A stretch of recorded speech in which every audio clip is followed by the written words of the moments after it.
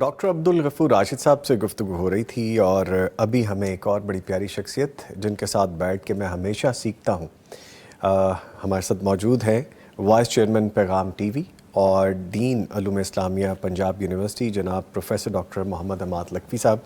ان کو ویلکم کریں گے اپنے شو میں. ڈاکٹر صاحب السلام علیکم. وعلیکم السلام ورحمۃ اللہ. سر طبیعت ٹھیک ہے؟ ماشاء اللہ. جی اللہ کا شکر الحمدللہ، بڑی مہربانی. جب بھی آپ آتے ہیں بہت کچھ ہم سیکھتے ہیں، ڈاکٹر صاحب سے سیکھتے ہیں.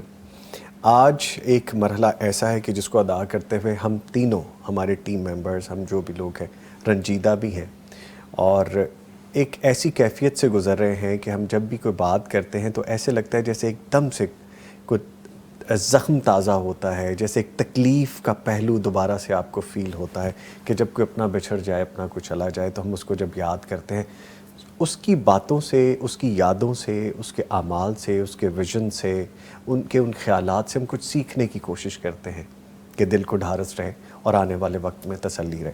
آپ کا ماشاءاللہ جس طرح ڈاکٹر صاحب کا ساتھ رہا، آپ کا بھی ماشاءاللہ بڑا خوبصورت ایک سفر رہا ہے ان کے ساتھ. ان کے اس دنیا سے رخصت ہونے سے اور دل رنجیدہ ہے یقیناً. ان کے بارے میں جو یادیں ہیں، جو خوبصورت باتیں ہیں، وہ کیا دل میں بسی ہوئی ہے؟ کچھ شیئر کیجیے. بسم اللہ الرحمن الرحیم.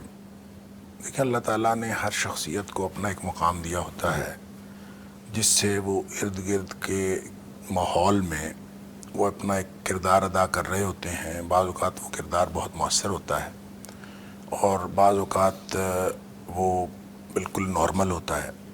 لیکن بعض شخصیات ایسی ہیں کہ جن کا ایک اللہ تعالیٰ نے ایسا کردار متعین کر دیا ہوتا ہے کہ جو اس پائے کے یا اس لیول کے یا اس سطح کے جی لوگ اس دور میں موجود نہیں ہوتے. تو پروفیسر سعید میر صاحب رحمہ اللہ، ایسا نہیں ہے کہ وہ چلے گئے ہیں تو ہم یہ بات کر رہے ہیں. جب وہ اس دنیا میں موجود تھے اور تندرست تھے اور صحیح اپنی ذمہ داریاں ادا کر رہے تھے، تو اس وقت بھی ہم آپس میں جب بات کیا کرتے تھے تو ہم یہی بات کرتے تھے کہ جو مقام اللہ تعالیٰ نے پروفیسر سعید میر صاحب کو دیا ہے، وہ اس پائے کا کوئی آدمی جماعت میں موجود نہیں ہے. اور جب موجود نہیں ہے تو اس کا مطلب یہ ہے کہ جماعت کو لیڈ کرنے کی ذمہ داری انہی کی ہونی چاہیے کہ جن کے مقابلے کا یا جن کے پائے کا یا جن کی حیثیت کا کوئی آدمی موجود نہیں ہے. جی. تو یہی وجہ ہے کہ وہ کئی دہائیوں سے انہوں نے جماعت کو لیڈ کیا، اور پھر ان کا جو تعلق تھا اپنے کارکنان کے ساتھ، اگرچہ وہ بڑے بعض اوقات ان کے بارے میں جو تاثر ہے کہ ریزرو رہنے کا ہے، کہ وہ ریزرو رہتے تھے اور بہت زیادہ تعلق نہیں بناتے تھے اور لوگوں کے ساتھ، لیکن یہ تاثر ان لوگوں کا ہے جو ان سے ذرا دور رہے ہیں. اچھا. جو قریب رہے ہیں، یہ بالکل ایک ان کی شخصیت جو ہے وہ ایک بڑی شستہ اور شگفتہ اور بڑی خوش مزاجی والی طبیعت تھی. اور جو بھی ان کے قریب رہا ہے وہ کوئی ایسے ریزرو آدمی نہیں تھے کہ آدمی یہ سمجھے کہ جس کے ساتھ بیٹھ کر آدمی اکتاہٹ محسوس کرے یا کچھ ایسا. بڑے خوشگوار آدمی تھے. اور مجھے ان کے ساتھ جماعتی معاملات میں تو خیر میں بہت زیادہ انوالو نہیں ہوتا تھا، اور کبھی کوئی اس طرح کے بہت زیادہ معاملات نہیں ہوئے. چند ایک مواقع کے اوپر باتیں ہوئیں، لیکن مجھے ان کے ساتھ سفر کرنے کا موقع ملا اور ایک سے زیادہ اسفار کرنے کا موقع ملا. اور ان اسفار کے اندر ابھی جو بات ہو رہی تھی بریک سے پہلے کہ جس شخص کے ساتھ سفر کیا ہو یا جس کے ساتھ معاملہ کیا ہو، اس سے پتہ چلتا ہے کہ وہ آدمی کیسا ہے. تو مجھے پھر صرف سفر ہی نہیں بلکہ ایک موقع ایسا بھی آیا کہ 8 دن یا شاید 10 دن ہم اکٹھے رہے اور ایک ہی گھر میں، اور اس گھر میں کوئی اور نہیں تھا ہم دونوں کے علاوہ. اچھا. تو ہم دونوں ایک گھر میں اکٹھے رہے، اور مانچسٹر کے اندر ہم یو کے دورے پہ تھے، تو مجھے ان کے ساتھ رہنے کا اتفاق ہوا. اس دوران پھر بڑی گفتگو ہوئی ان کے ساتھ.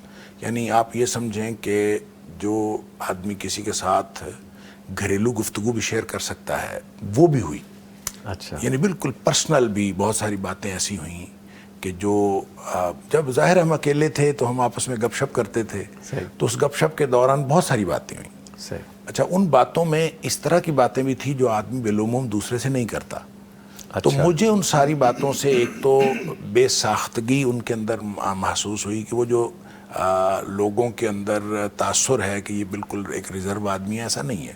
وہ بالکل جیسے یعنی کہتے ہیں نا کہ یاروں کے یار تھے، اور جن لوگوں کے دوست تھے ان کے لوگوں کے بالکل بے تکلف دوست تھے. اچھا. تو میں تو چونکہ ان کا کارکن بھی تھا، ان کا روحانی بیٹا بھی تھا، اور بہت دفعہ یہ بات بھی ان سے ہوئی. تو اس تعلق سے انہوں نے جو میرے ساتھ گفتگو کی اس دوران، تو میں یہ سمجھتا ہوں کہ ایک دو پہلو اس کے بڑے نمایاں ہیں. ایک تو یہ کہ ان کی طبیعت کے اندر شگفتگی تھی، اور مزاج جو ہے بے ساختگی تھی، اور قطعاً ان کے اندر کوئی ایسی بات نہیں تھی کہ وہ جان بوجھ کے کسی سے فاصلہ رکھنا چاہتے ہیں. حالانکہ وہ فاصلہ رکھنا چاہتے تو مجھ سے پھر بھی رکھ سکتے تھے، لیکن ایسا کوئی فاصلہ نہیں تھا. ان کے جو معمولات تھے وہ اپنے تہجد سے ان کے معمولات کا آغاز ہوتا تھا، ماشاءاللہ. اور پھر ان کے اذکار کا ایک اپنا معاملہ تھا. تو وہ اس کے علاوہ پھر جب ہم آپس میں بیٹھتے تھے کھانا ناشتہ یا چلنے مطلب واک وغیرہ کرتے ہوئے، تو بہت گپ شپ ان کے ساتھ رہی. تو ایک جو بہت نمایاں پہلو میں یہ سمجھتا ہوں کہ جو ان کی شخصیت کا باہر بھرم بنا ہوا ہے کہ وہ بہت نیک آدمی ہیں، اور وہ بہت یعنی اللہ والے ہیں اور اللہ والے تھے. یہ بھرم میں یہ سمجھتا ہوں اور پختہ ہو جاتا ہے جب آپ تنہائی میں ان کی زندگی کو دیکھتے ہیں، اور اس کے اندر پختگی آتی ہے. اچھا سر، جیسے آپ کہہ رہے ہیں، سوری میں آپ کی بات ہو چک رہا ہوں، میں نے جن صاحب سے بھی گفتگو کی ہے ان چند دنوں میں، سب یہی کہتے رہے ہیں تہجد کے حوالے سے، نماز کے حوالے سے، قرآن کریم کی تلاوت کے حوالے سے کوئی وقت ملتا تھا وہ فارغ نہیں بیٹھتے تھے، قرآن کریم کی تلاوت کرتے تھے. اچھا، ایک واقعہ ہوا جی کہ ان کی ایک کتاب، گلاسگو میں وہ گئے تو گلاسگو میں ان کی کتاب رہ گئی. تو ان کے بعد میں نے گلاسگو جانا تھا، تو مجھے انہوں نے کہا میری ایک کتاب رہ گئی ہے، وہاں سے لیتے آنا. اچھا. تو میں نے کہا ٹھیک ہے میں لیتا آؤں گا. تو وہاں پھر میں نے جا کے کہا جو وہاں کے ذمہ داران تھے کہ امیر صاحب کی کتاب رہ گئی ہے تو مجھے دے دیں. تو وہ ڈھونڈی تو مل گئی. تو جس کمرے میں انہوں نے قیام کیا تھا اس میں تھی، تو کتاب مل گئی. تو میں نے اپنے بیگ میں رکھ لی. اچھا، بیگ میں رکھتے وقت مجھے یاد نہیں رہی، میرے پاس 2 بیگ تھے، تو میں نے کس بیگ میں رکھی اور کس پاکٹ میں رکھی. میں سمجھ سکتا ہوں. میں سمجھ سکتا ہوں کہ جو ڈاکٹر صاحب نے بات کی ہے یہ کیا ہے، میں سمجھ سکتا ہوں بہت اچھے طریقے سے.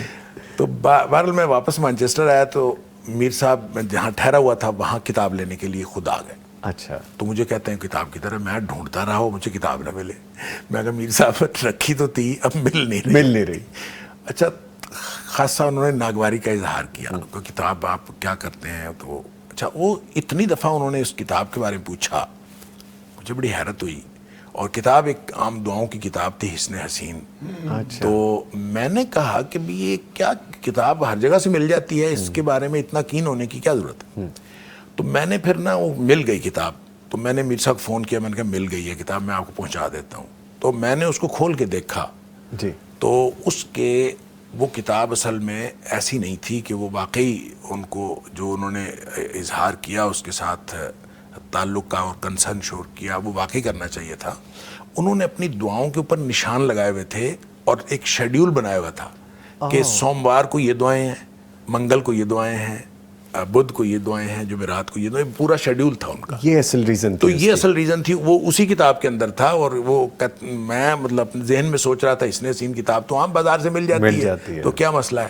تو مسئلہ یہ تھا کہ وہ ان کے شیڈیول کی کتاب تھی، اور اس میں انہوں نے باقاعدہ یعنی جو قرآن پڑھتے تھے اور دوسرے ذکر اذکار کرتے تھے وہ تو کرتے تھے، تو دعاؤں کا اپنا ایک شیڈیول بنایا ہوا تھا جو وہ حسن حسین کے ساتھ وہ اس کو ساتھ رکھتے تھے ہمیشہ.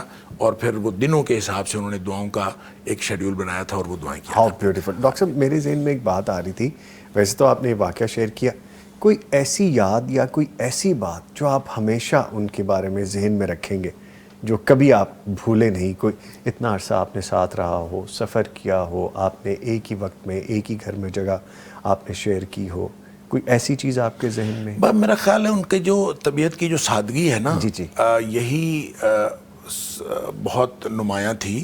مثلاً یہ کہ میری ملاقات ان کی ایئرپورٹ پہ ہو گئی اور ہماری سیم فلائٹ تھی, تو ایئرپورٹ ملاقات ہوئی. تو وہ حالانکہ ان کے پاس وہ وی آئی پی, ان کے پاس بلو پاسپورٹ تھا اور وہ جا کے وہاں بیٹھ سکتے تھے سی آئی پی لاؤنج میں, تو وہ لاؤنج میں نہیں گئے, وہ میرے پاس بیٹھے رہے.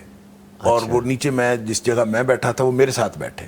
تو میں نے کہا بھی کہ میں نے کہا میر صاحب آپ تو لاؤنج میں جا سکتے ہیں, تو آپ کہتے نہیں ادھر ہی ٹھیک ہے. وہ میری وجہ سے میرے ساتھ بیٹھے رہے, اور یہ ان کے اندر تھا. وہ کبھی اس طرح نہیں کرتے تھے کہ بندہ بیٹھا ہے اس کو بیٹھا چھوڑ کے تو وہ اپنا جو ہے وہ پریولیج جو ہے وہ اس کو انجوائے کریں, وہ یہ نہیں کرتے تھے. بلکہ وہ جو شخص ساتھ ہوتا تھا اس کا خیال رکھتے تھے. اور مجھے مطلب جس جگہ بھی جہاں بھی میرا ان کے ساتھ سفر میں معاملہ ہوا, اور مجھے یہی محسوس ہوا کہ وہ ہمیشہ اپنے ساتھ جو ساتھی تھا اس کا خیال بہرحال رکھتے تھے. بیوٹیفل. ڈاکٹر صاحب دیکھیں وہ بات ابھی ڈاکٹر صاحب نے کی کہ اکثر لوگوں کے ذہن میں یہ تھا کہ وہ ٹریول کرتے ہوئے ساتھ نہیں بیٹھاتے تھے, ٹریول کرتے ہوئے اکیلے رہنا پسند کرتے تھے. ہمارے سامنے ایک مثال آ گئی کہ ڈاکٹر صاحب بتا رہے ہیں کہ میرا سفر کیسا رہا ان کے ساتھ, میرا رہنا کیسا رہا ان کے ساتھ. جو میڈیا کے حوالے, جی پلیز ایڈیشن کروں گا. جی سفر چونکہ ہم نے بھی کیے ہیں, کافی کیے ہیں, پاکستان میں بھی باہر بھی, تو ذکر اذکار بھی دیکھا, ڈاکٹر صاحب نے بھی دیکھا. یہ اس حسین والا جو معاملہ ہے جی اس کے بارے میں ایک دو اور بھی واقعات ایسے ہی ہیں. اچھا. لیکن ایک جو بڑی خاص بات تھی, جی عموماً آپ دیکھیں گے جو زیادہ ذکر کرنے والے لوگ ہیں نا, وہ مجلس میں بیٹھے ہوں گے تو وہ بھی اظہار کر رہے ہوں گے, کوئی نہ کوئی ذکر کر رہے ہوں گے, پتہ چلتا ہے کہ یہ زیادہ ذکر کرتا ہے. ان کا اظہار ایسا نہیں تھا. مجلس میں بالکل نہیں پتہ چلتا تھا کہ یہ ذکر کرنے والے ہیں. اچھا. ہاں مطلب ایسے ہی میں بیٹھا ہوں تو اللہ اکبر سبحان اللہ ایسے کلمات بندہ کہہ دیتا ہے نا, جی جی جی, قطعاً ایسا مجلس میں نہیں کرتے تھے. ہاں جب وہ ذکر کرتے تھے پھر کسی کو مداخلت نہیں کرنے دیتے تھے. قرآن پڑھ رہے ہیں, قرآن کی تلاوت کر رہے ہیں, گھر والوں سے پوچھیں, ان کے خادمین خاص سے پوچھیں, یہی بتائیں گے. جب انہوں نے تلاوت کرنی بس وہ کر رہے ہیں, راستے میں سفر کر رہے ہیں, ڈرائیور کو پتہ ہے کہ جب وہ قرآن کی تلاوت کریں کسی نے ان کو روکنا ٹوکنا نہیں, نہ بیچ میں مداخلت کرنی ہے. یہ تھا ان کا معمول. یہ حسن حسین والی جو بات ہے, انہوں نے جو شیڈول بنایا ہوا تھا اس میں بھی بالکل اپنے شیڈول کے مطابق اتنا ذکر کرنے والے. بجائے طور پر جب مجلس میں بیٹھے ہیں تو پھر وہ آپ کے ساتھ بیٹھے ہیں, وہ واقعتاً ریزرو نہیں تھے اور وہ اپنی ساری باتیں شیئر کرتے تھے. لیکن پرسنل باتیں بھی جو ہوتا ہے نا کہ جس کی اگلے کو ضرورت ہی نہیں ہے وہ تو شیئر کرنی نہیں چاہیے. جی یہ ایک بڑا ایک نقطہ ہے. جی جی, میں آپ سے وہ بات کروں جس بات کا آپ کے میرے تعلق سے کوئی تعلق ہے جی یا آپ کو کوئی فائدہ پہنچ سکتا ہے, ایسی بے ڈنگی باتیں, وہ بے جا باتیں وہ ان کے قائل ہی نہیں تھے اور کرتے. دوسری بات یہ بھی ہے, ایک جگہ وہ بیٹھے ہوئے ہیں, اوپر سے میں یا ڈاکٹر صاحب ہم آ گئے ہیں, جی کیسے بیٹھے ہیں. عام بندہ یہ کہہ دیتا ہے میں آپ کے لیے بیٹھا ہوں, وہ ایسا نہیں کہتے تھے. وہ بالکل بھی ایسا جو ہوتا ہے نا جھوٹ بولنا کسی کے دلجوئی کے لیے, ایسا وہ نہیں کرتے تھے. جو بات ہے انہوں نے وہی کرنی ہے. کوئی کام آپ نے کر دیا ہے, کوئی ہو گیا ہے, آپ نے ان کے ذمہ لگا دیا ہے کہ یہ کام آپ نے کروانا ہے, میرا کام آپ کا کہیں اور سے ہو گیا ہے, تو آپ ان کا شکریہ ادا کرنے گئے ہیں کہ دیکھو جی آپ میں نے آپ کو وہ کام کہا تھا. کہتا نہیں یہ میں نے نہیں کیا, یہ آپ نے خود کیا, یہ فلاں سورس سے ہوا ہے. ماشاء اللہ. وہ کریڈٹ لیتے ہی نہیں تھے اس بات کا جو وہ کرتے نہیں تھے. تو وہ ذکر اذکار اپنے وقت پہ کرنا, جب تنہائی بیٹھے ہو سکتا ہے وہ لب خاموش ہیں, اندر وہ ذکر یقیناً کرتے ہوں گے, لیکن وہ اس طرح اظہار نہیں کرتے تھے کہ لوگ مجھے کہیں گے.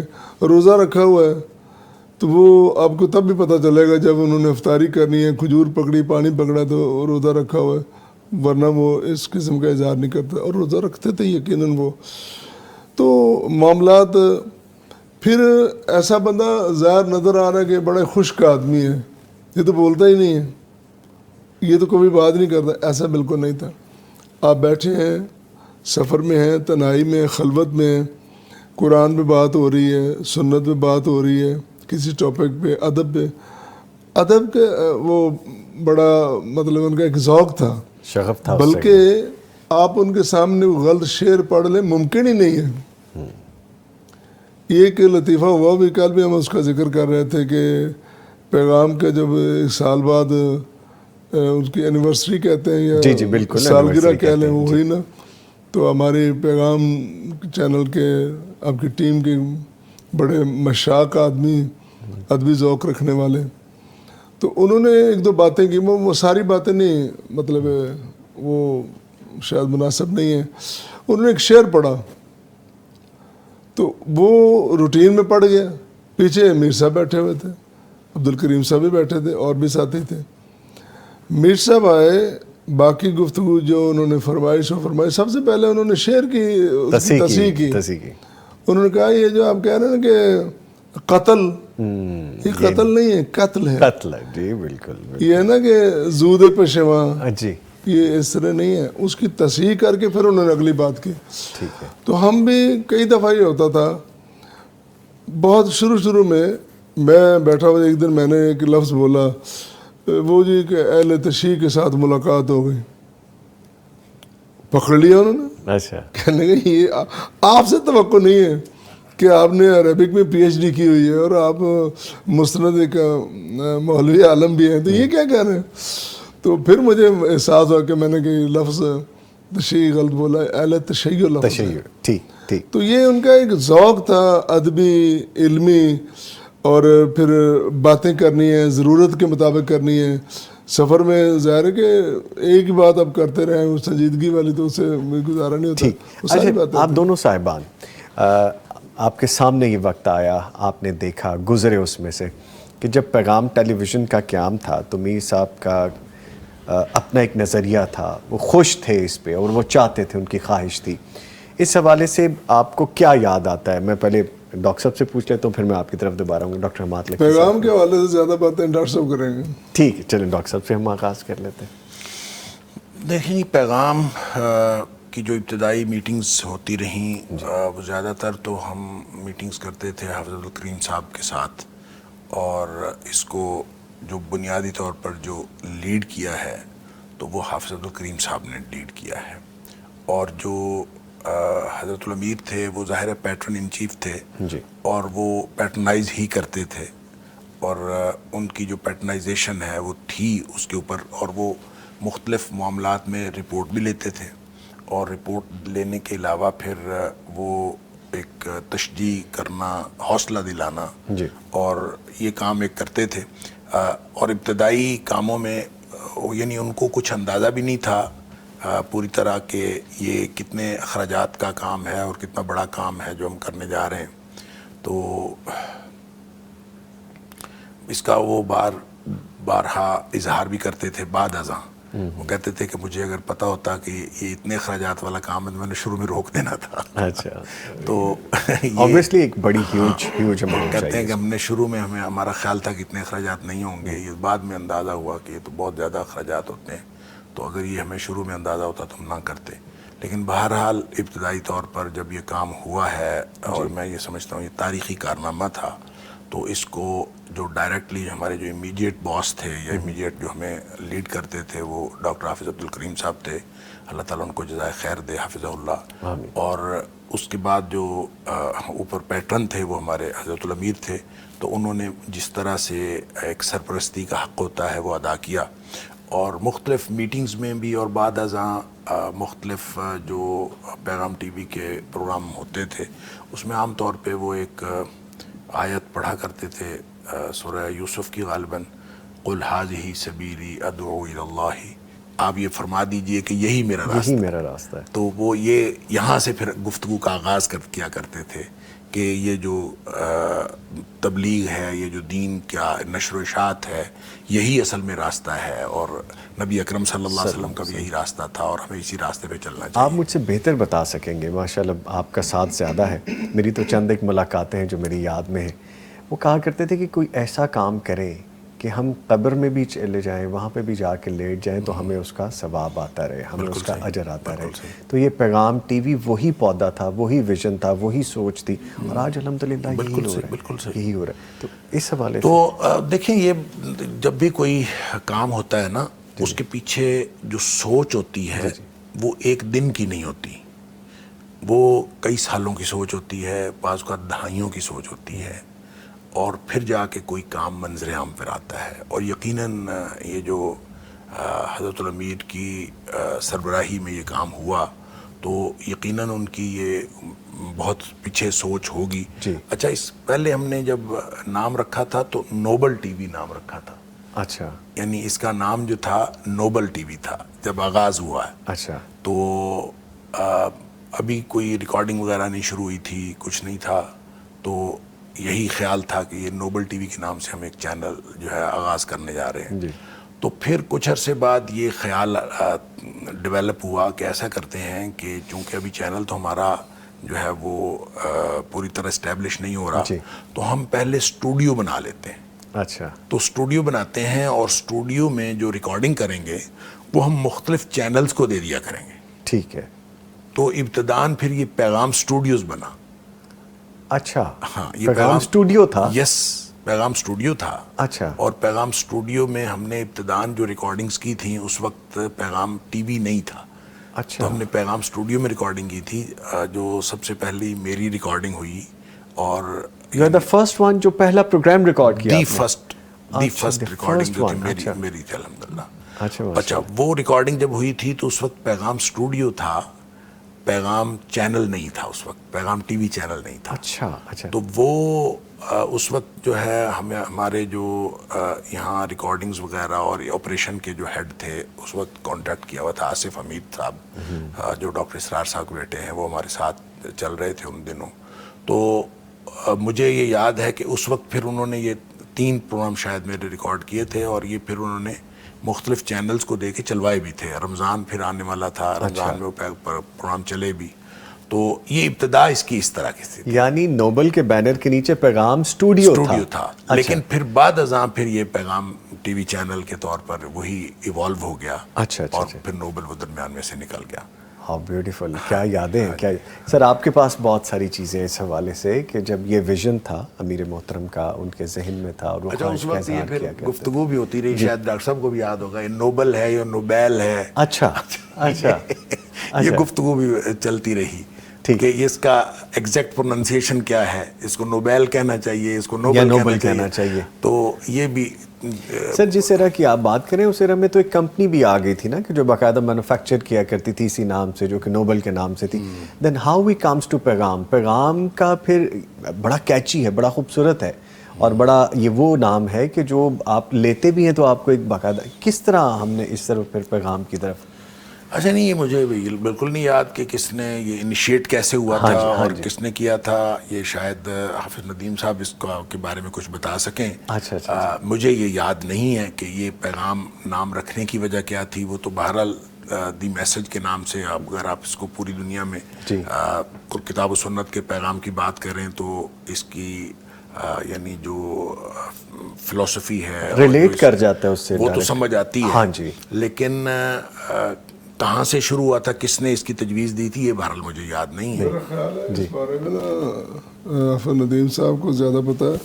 اور دوسرا یہ بھی ہے, میری جو شنید ہے, حافظ ندیم میں سے پہلے گجرانوالہ میں کوئی سطلہ ان کا کوئی چینل تھا یا کوئی ریکارڈنگ چینل تھا, حدیث چینل تھا. اچھا, ان کا تھا کیبل ٹی وی تھا. اچھا, اچھا, اور کیبل ٹی وی چینل تھا حدیث ٹی وی کے نام سے. اچھا, اچھا, تو وہ وہاں بھی میرا حافظ ندیم صاحب سے میرا پہلا تعارف گجرانوالہ میں ہی ہوا تھا. اچھا, اور یہ پیغام ٹی وی سے بہت پہلے. تو وہاں میں ایک پروگرام کے لیے گیا تھا اور انہوں نے اپنا تعارف کروایا, یہ ریکارڈنگ کے لیے آئے ہوئے تھے وہاں. تو جو فیکٹری غالباً جو ہے نا اس میں تھا, وہ کرواتے ہیں بہت بڑا پروگرام, ہر سال شاید کرواتے ہیں. تو میں کئی دفعہ وہاں گیا تو وہاں حافظ ندیم صاحب آئے ہوئے تھے ریکارڈنگ کے لیے, اور انہوں نے تعارف بھی کروایا کہ ہمارا کیبل ٹی وی چینل ہے اور حدیث ٹی وی کے نام سے ہے. ان کا بنیادی طور پر ان کا بڑا رول ہے اس میں, اس کو چلانے میں. جو نشیب و افراد انہوں نے دیکھے, ظاہر ٹیکنیکل معاملات تو وہی دیکھ رہے ہوتے ہیں جو ان کو کام کر رہے ہوتے ہیں. ابتدائی سالوں میں ہم صرف سنتے رہے، دیکھتے رہے کہ آ رہا ہے جا رہا ہے، یہ ریکارڈنگ ہو رہی ہے. میری پرسنل اتنی کوئی دلچسپی اس میں نہیں رہی، نہ میں اس ریکارڈنگ میں آیا ہوں. تو میری چونکہ میرا میلان ہی دوسرا ہے زیادہ، جی تنظیمی میلان، ٹھیک میں زیادہ اس میں رہا ہوں. وہ ذمہ داریاں تھیں بھی زیادہ، اب بھی ہیں. تو پھر کبھی کبھی گئے اس میں کوئی ایک آدھ ریکارڈنگ ہوگی، آ گئے چلے گئے، پھر یہ سلسلہ رہا.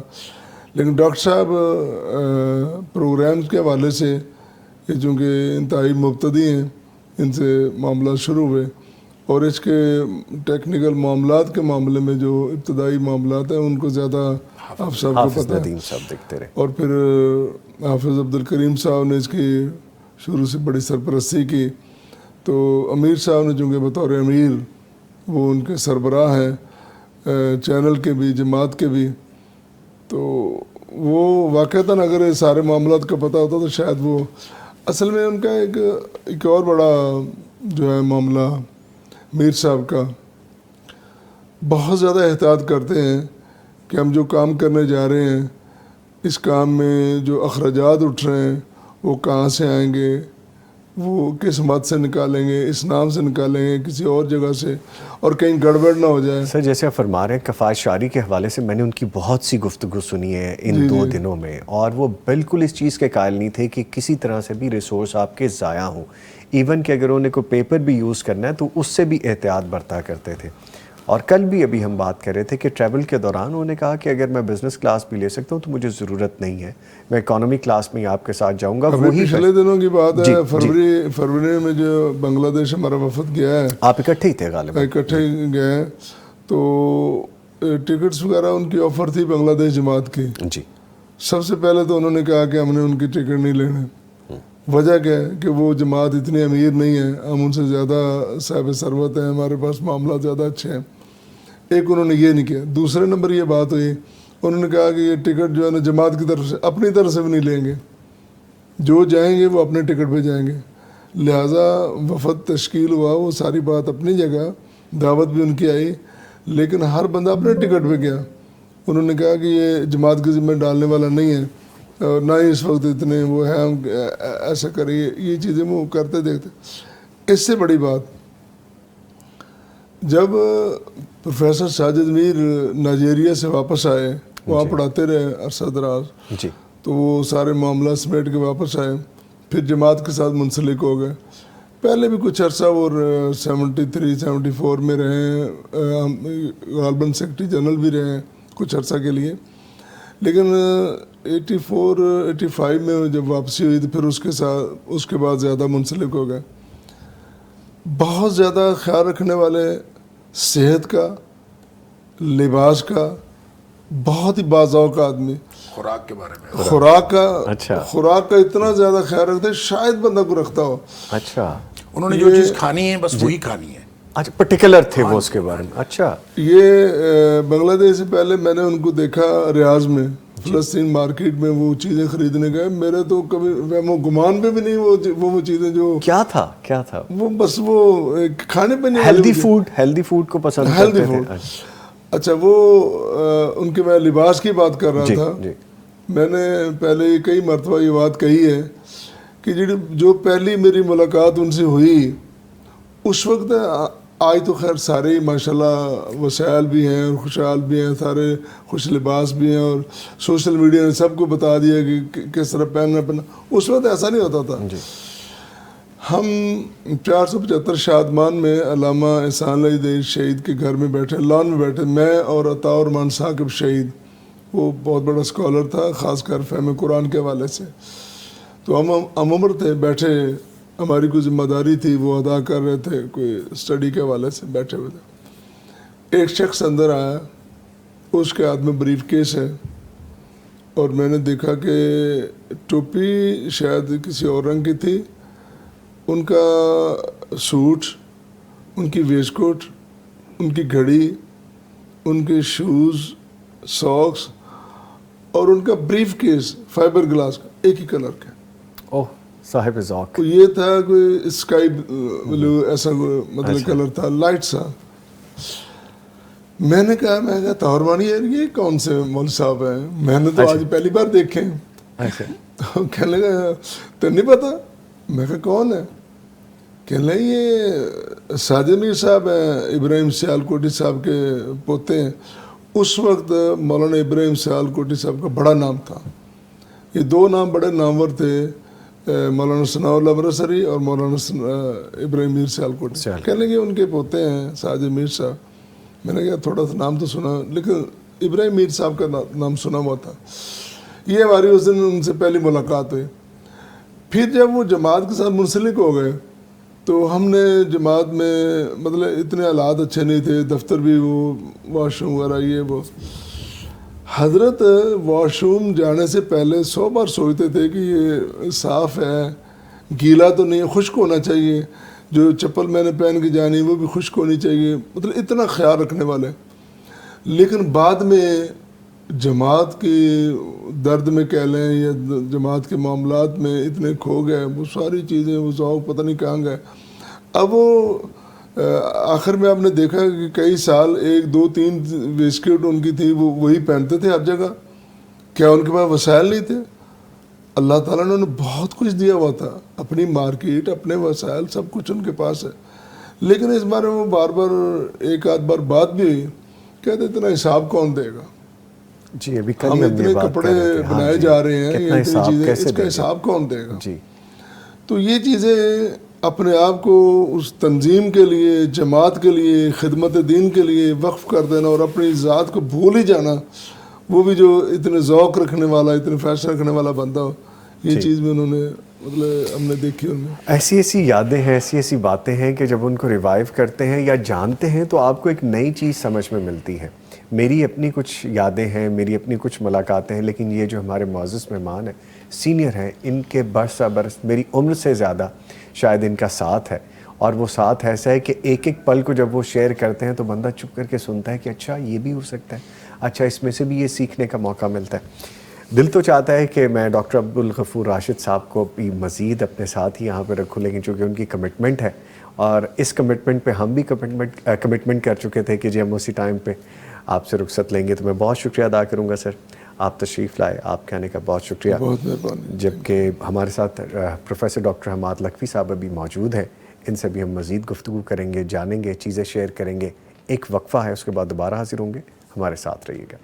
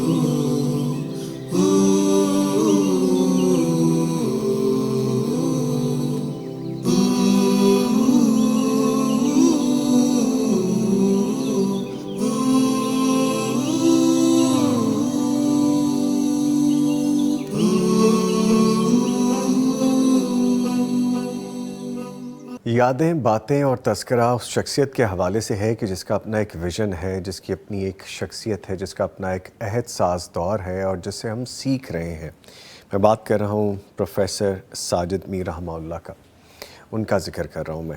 ابھی بریک سے پہلے میں نے خاص طور پہ ریکویسٹ کی جناب ڈاکٹر عبدالغفور راشد صاحب سے کہ سر تھوڑا سا وقت ہے, ہمیں اگر مزید مل جائے تو میری گزارش, میں ان کا شکریہ ادا کرتا ہوں, انہوں نے قبول کر لی. Sir thank you very much, آل دو کہ آپ کی کمٹمنٹ تھی, تو تھینک یو ویری مچ, بہت شکریہ جی. تو میں نے گزارش کی کہ رک جائیے, اتنی خوبصورت یادیں شیئر ہو رہی ہیں, ڈاکٹر حماد لکھوی صاحب ہمارے ساتھ موجود ہیں, باتیں ہو رہی ہیں, تو آپ دونوں کا ساتھ بڑا خوبصورت بنایا ہوا ہے اس ساتھ نے اس گفتگو کو.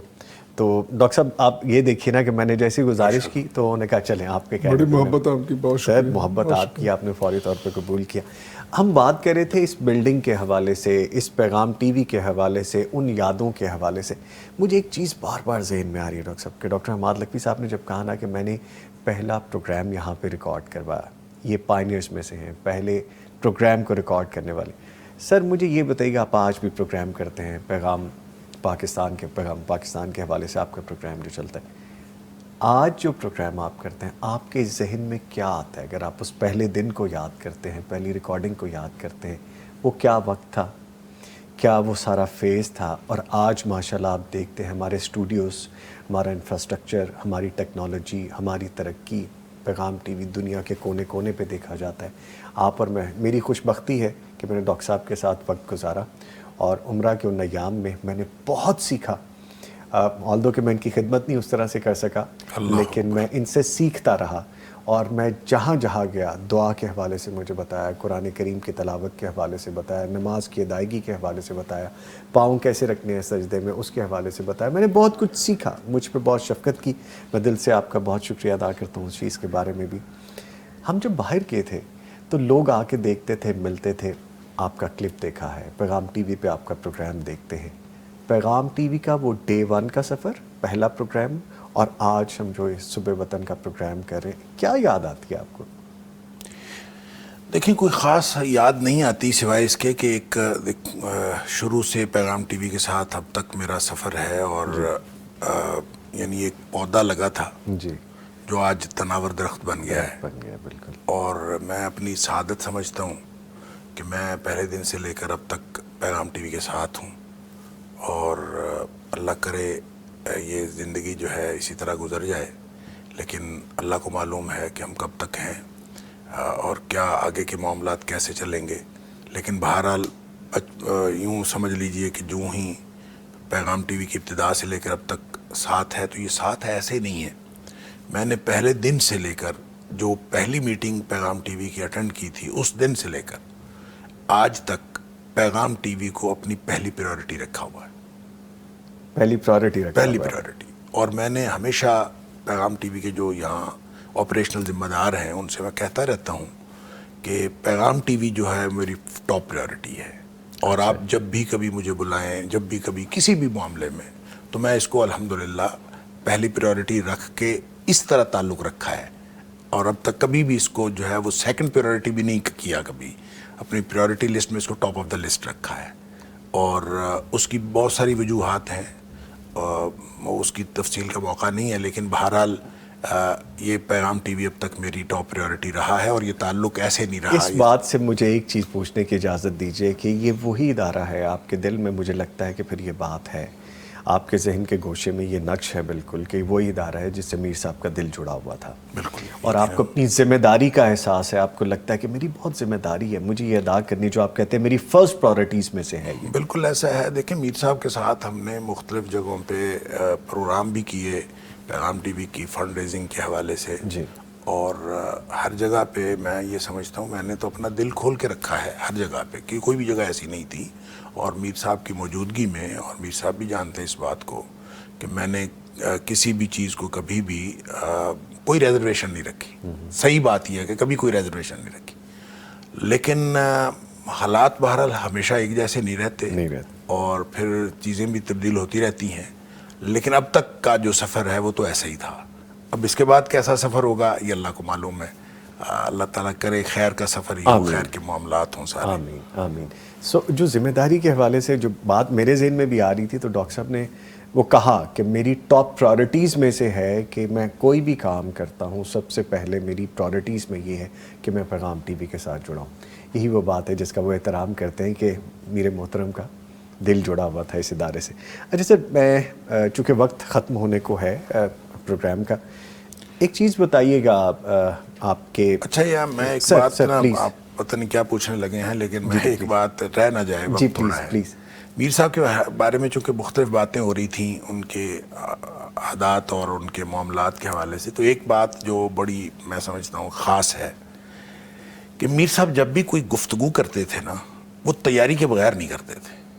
جی، مطلب اب تک بھی جو بھی گفتگو کرتے تھے اس کی پہلے تیاری کرتے تھے، اور باقاعدہ تیاری کر کے اس کے پوائنٹس نوٹ کرتے تھے، اور کبھی بھی بغیر تیاری کی گفتگو ہے۔ اور جب انہوں نے گفتگو کرنی ہوتی تھی اور تیاری کے لیے ان کو فکر ہوتی تھی کہ میں نے تیاری کرنی ہے، اور چاہے وہ کسی بھی طرح، مطلب میں ایون یو کے میں ہم تھے تو وہاں پہ بھی انہوں نے جمعہ پڑھانا ہے یا انہوں نے کوئی تقریر کرنی ہے تو وہ اس کے پوائنٹس باقاعدہ لکھتے تھے، ہر تقریر کے پوائنٹس لکھتے تھے۔ حالانکہ میں ایسا نہیں کرتا، اور مجھے بڑی حیرت ہوتی تھی کہ میر صاحب ابھی تک، اور ان کی گفتگو ہمیشہ بڑی علمی گفتگو ہوتی تھی، اور اس کی وجہ یہ ہے کہ وہ تیاری کر کے گفتگو کرتے تھے، بغیر تیاری کی کبھی گفتگو نہیں کرتے تھے۔ بیوٹیفل، بہت پروفیشنل بات ہے یہ کہ جب آپ کو ذمہ داری کا پتہ ہو تو پھر آپ ادا کرنے کے لیے اس طرح محنت اور لگن سے اس کو ادا بھی کرتے ہیں۔ بلکہ ان کے پاس ایک جملہ میں بھی اضافہ کر پلیز دوں پلیز پلیز۔ کہ زندگی میں انہوں نے جو خطابات کیے ہیں نا، سارے نوٹس ان کے پاس موجود ہیں، سارے موجود تھے؟ او ماشاء ابتدا میں ان کے جو ان باقاعدہ ترتیب دی وہ نوٹس، ابھی یہ جو خطبات ان کے سامنے آئے ہیں یہ اسی وجہ سے ایک دو دفعہ بات ہوئی تھی، کہتے میرے پاس وہ ساری چیزیں موجود ہیں، موجود تھیں، سارا ریکارڈ رکھا ہوا تھا۔ اور دوسری آپ کا سوال چلو جو بھی ہوگا، میں پیغام کے حوالے سے، جی پلیز پلیز۔ یہ پیغام بڑا خوبصورت ہمارے سامنے، یہ اسٹوڈیوز، اس کے خطابات، لیکچرز، وہ سارے اگر اس پہ تھوڑا سا غور کریں کہ یہ اس سے پہلے یہ جو بلڈنگ تھی جی اب تو بڑی نمایاں نظر آ رہی ہے ماشاءاللہ، اس بلڈنگ کے خریدنے میں ہم ضرور تذکرہ کریں گے کہ میاں فضل ایک مرحوم، ان کا بڑا کنٹریبیوشن ہے، اور اس وقت امیر تھے مولانا معین الدین لکھوی، وہ جو 19 سال جماعت کے امیر رہے ہیں۔ اگر ہم اس ضمن میں تھوڑا سا آگے جائیں تو مختلف ادوار میں جماعت کے مختلف امراء، مختلف ناد میالہ رہے ہیں، علم و فضل ان کا بہت، کوئی خطابت میں آگے ہے، کوئی علم میں آگے ہے، کوئی تدریس میں آگے ہے، کوئی پروگرام کی مینجمنٹ میں، پروگرامنگ میں بہت آگے ہے۔ ایک چیز ہوتی ہے نا نمایاں نظر ہے، متانت، سنجیدگی، 3 بندے اس میں بڑے نمایاں ہیں۔ ایک ابتدائی امیر جو پہلے صدر تھے، یہ 1948 کی بات ہے جب جماعت یہاں پہ بنائی گئی لاہور میں ہی، مولانا سید محمد داؤد غزنوی رحمۃ اللہ تعالی علیہ اس کے ابتدائی صدر امیر بنے۔ ان کے ساتھ پہلے پروفیسر عبدالقیوم صاحب تھے سیکرٹری جنرل، وہ اپنی ملازمت کی وجہ سے ان کو چھوڑنا پڑی۔ پھر مولانا اسماعیل سلفی، بہت بڑا نام ہے، ان کے ساتھ ناد میلہ ہے۔ مولانا سلفی بھی امیر رہے، ان کا بھی بڑا مقام ہے، لیکن یہ جو 3 بندے ہیں نا، یہ پارلیمنٹیرین بھی تھے۔ مولانا داؤد غزنوی بھی پارلیمنٹ میں رہے، وہ ایم ایل اے رہے بیفور پاکستان کی، ہاں جی، اس سے پہلے وہ بنے تھے، بلکہ اس وقت ہمارے نہیں پارٹی کے بعد 1951 والی جو پارلیمنٹ تھی نا، جی جی جی اس میں ایم ایل اے تھے۔ اس میں ٹھیک۔ تو 2 بندے ہمارے اس وقت پارلیمنٹ میں پہنچے تھے، مولانا محی الدین لکھوی رحمۃ اللہ علیہ، ڈاکٹر حماد لکھوی صاحب کے والد گرامی مرحوم، ماشاءاللہ۔ ان پہ بھی کبھی پروگرام ہونا چاہیے۔ وہ بڑی منفرد شخصیت ہے، بہت ہی اللہ والے بندے، ان کی زندگی تو بالکل ہی منفرد تھی۔ وہ پارلیمنٹ میں گئے، مولانا سید داؤد غزنوی بھی گئے، دونوں اصحاب گئے۔ پھر ان کے بعد مولانا معین الدین لکھوی، وہ چونکہ ان کا اپنا ایک علاقہ ہے مریدوں کا، چاہنے والوں کا، ادھر ان کی خدمات ہیں۔ بلکہ میں تو بعض اوقات کہتا ہوں کہ یہ جو بارڈر کا علاقہ جتنا ہے نا دریا کے ساتھ ساتھ، جی جی، وہ حاصل پور تک، وہ سارا ان کے مریدین کا علاقہ ہے، تبھی تو وہاں پہ الیکشن لڑے جاتے ہیں اور پارلیمنٹ میں پہنچتے ہیں۔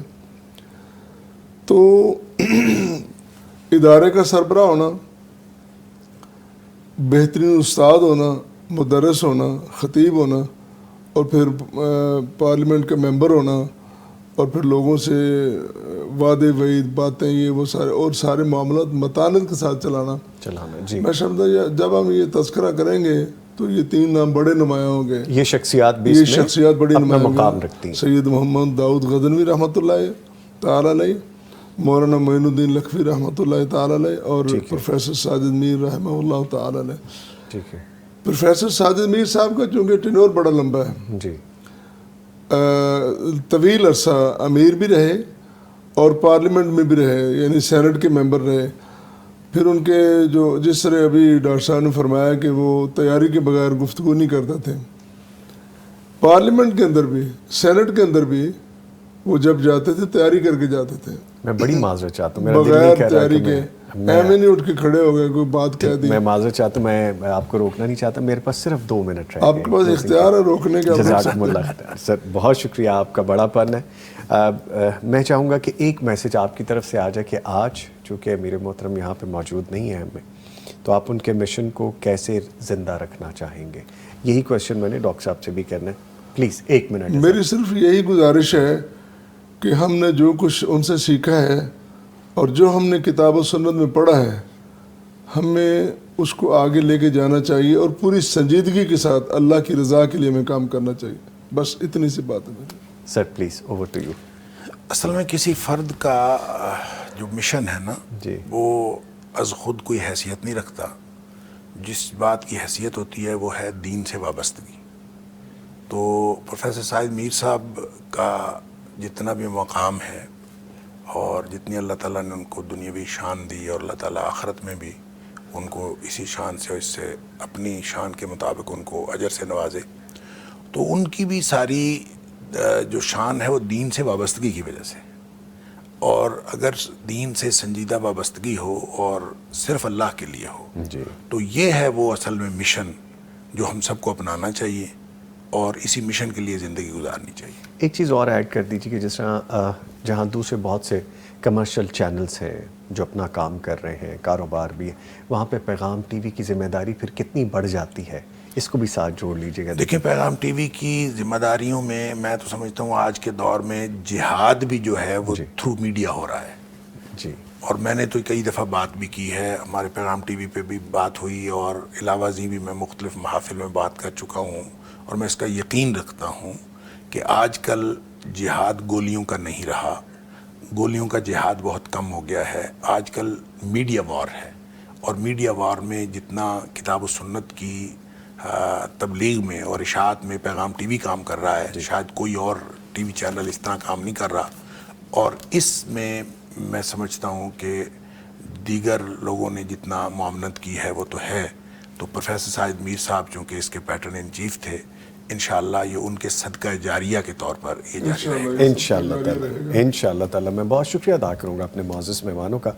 ہمارے ساتھ موجود رہے ڈاکٹر عبدالغفور راشد صاحب. ڈاکٹر صاحب آپ کے آنے کا بہت شکریہ, تھینک یو ویری مچ. اور میں شکریہ ادا کروں گا پروفیسر ڈاکٹر محمد حماد لکھوی صاحب کا. پروفیسر آپ کے بھی آنے کا بہت شکریہ, تھینک یو ویری مچ. جی لیجیے, اس کے ساتھ ہی پروگرام اپنے اختتام کو پہنچ رہا ہے.